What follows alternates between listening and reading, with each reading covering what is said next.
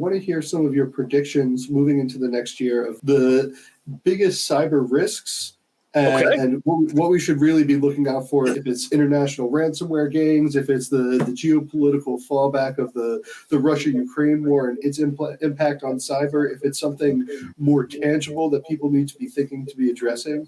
And I really want to know, why do you think that these factors are more pressing now than they've been at any other time? Okay, we only have 9 minutes. First off, I'll say I produce predictions every year. And for the 2022, I published them back in December. So everybody can go look me up on LinkedIn or do a search and find my 2022 predictions. But at a high level, I cover the type of threat actors that we're most worried about, the type of attacks that we're most worried about, and then some technology that could disrupt cybersecurity and technology. So I cover all three areas in my predictions. But from the attacker's perspective, we're worried about two, right? Number one, we're worried about cyber criminals.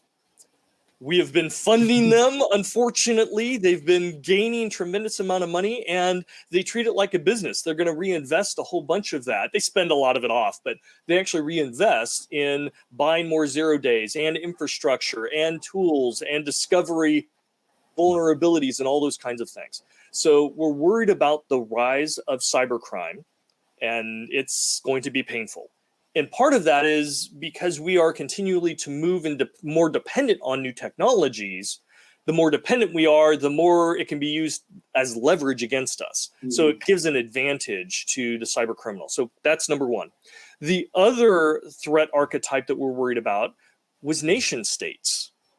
So when we look at the big countries out there that do things, whether it's Iran or North Korea or China or Russia, things like that, where they are funding cyber criminals, but they're also doing IP harvesting and they're doing cyber attacks and they're doing all those things, we have seen a massive influx in the force multiplier investment into nation states' capabilities for offensive cyber warfare.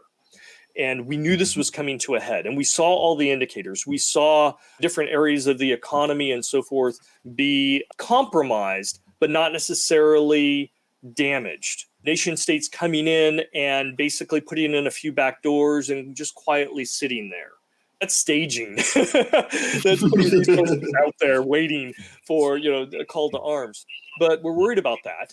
And when we've seen the attacks come through with Russia's war on Ukraine, again, we saw a lot of that get activated